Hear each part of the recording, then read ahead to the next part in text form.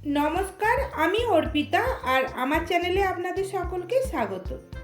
আশা করছি আপনারা সবাই ভালো আছেন, সুস্থ আছেন। আজ আমি চলে এসেছি আর একটা মিষ্টির রেসিপি নিয়ে, প্যারা সন্দেশ। সকলেরই পছন্দের মিষ্টি এই প্যারা সন্দেশ। বানানো খুবই সহজ, ঘরে থাকা কয়েকটা উপকরণ দিয়েই বানানো হয়ে যায়। তাই আপনাদের কাছে রেসিপিটা শেষ পর্যন্ত দেখার অনুরোধ রইল। রেসিপি ভালো লাগলে লাইক, কমেন্ট, শেয়ার আর আমার চ্যানেলটা সাবস্ক্রাইব করে দিয়ে পাশে থাকা বেল নোটিফিকেশান অল করে রাখবেন। আসুন তাহলে দেখে নেওয়া যাক আমার আজকের এই মিষ্টির রেসিপি। প্যারা সন্দেশ বানানোর জন্য গ্যাস অন করে কড়াই বসিয়ে কড়াইয়ের মধ্যে নিয়ে নিলাম 1 লিটার ফুল ফ্যাট দুধ। আমি ফুল ফ্যাট দুধ নিয়েছি, আপনারা চাইলে ফুল ক্রিম কিংবা গরুর দুধ দিয়েও এই মিষ্টিটা বানিয়ে নিতে পারেন। হাই ফ্লেমে প্রথমে দুধটাকে আমি ফুটিয়ে নেব। দেখুন দুধ ফুটে গেছে, আমি গ্যাসের ফ্লেমটাকে লো করে দিলাম। তারপরে লো টু মিডিয়াম ফ্লেমে দুধটাকে জাল করে ঘন করে একেবারে অর্ধেক করে নিতে হবে। দুধটা জাল হতে থাক, ততক্ষণ আমি একটা সুগার ক্যারামেল বানিয়ে নেব। তার জন্য গ্যাস অন করে একটা বাটি বসিয়ে দিয়েছি আর বাটির মধ্যে নিয়ে নিলাম হাফ কাপ চিনি। লো ফ্লেমে প্রথমে চিনিটাকে মেল্ট হতে দেব।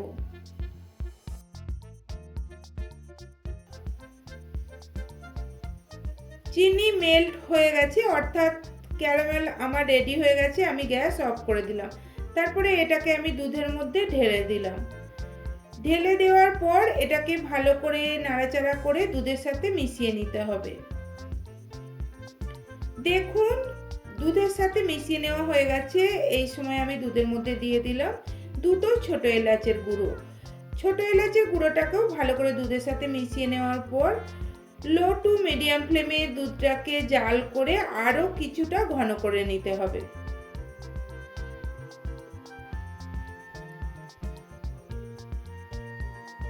দুধটাকে আরও 5 মিনিট মতো জাল করে নেওয়ার পর আমি এই পর্যায়ে দিয়ে দেব হাফ কাপ চিনি।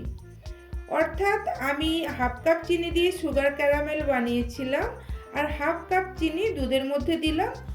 টোটাল 1 কাপ চিনি আমি এই মিষ্টিটার জন্য ব্যবহার করেছি। তবে আপনারা মিষ্টি বেশি পছন্দ করলে চিনির পরিমাণটা একটু বাড়িয়ে দেবেন।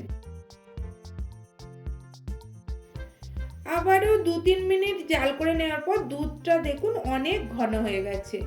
এখন গ্যাসের ফ্লেমটাকে লো করে দিয়ে আমি এই দুধের মধ্যে দিয়ে দিলাম 1 কাপ গুঁড়ো দুধ। আর গুঁড়ো দুধটাকে ভালো করে দুধের সাথে মিশিয়ে নিলাম। গ্যাসের ফ্লেম লো করে ওই গুঁড়ো দুধটা দুধের মধ্যে দেবেন, না হলে গুঁড়ো দুধ দলা পাকিয়ে যেতে পারে। গুঁড়ো দুধটাকেও ভালো করে দুধের সাথে মিশিয়ে নেওয়া হয়ে গেছে। এইবার আমি দুধের মধ্যে দিয়ে দেব 1 চামচ গাওয়া ঘি। ঘিটাকেও ভালো করে দুধের সাথে মিশিয়ে নিলাম।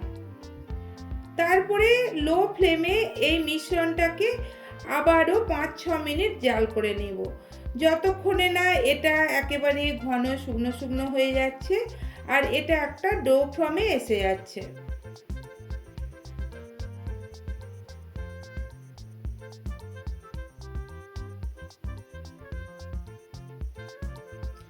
আরও 5-6 মিনিট জাল করে নেওয়ার পর মিশ্রণটা দেখুন একেবারে শুকনো শুকনো হয়ে গেছে আর এটা একটা ডো ফর্মেও এসে গেছে।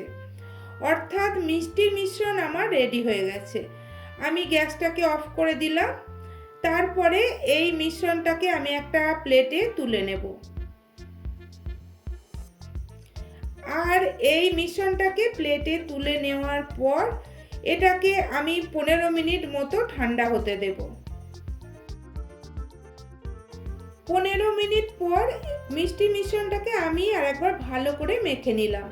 তারপরে হাতে একটু ঘি নিয়ে নিয়েছি আর অল্প একটু মিশ্রণ এইভাবে নিয়ে একটা গোল বলের মতো করে নেওয়ার পর একটু চ্যাপটা করে নিলাম।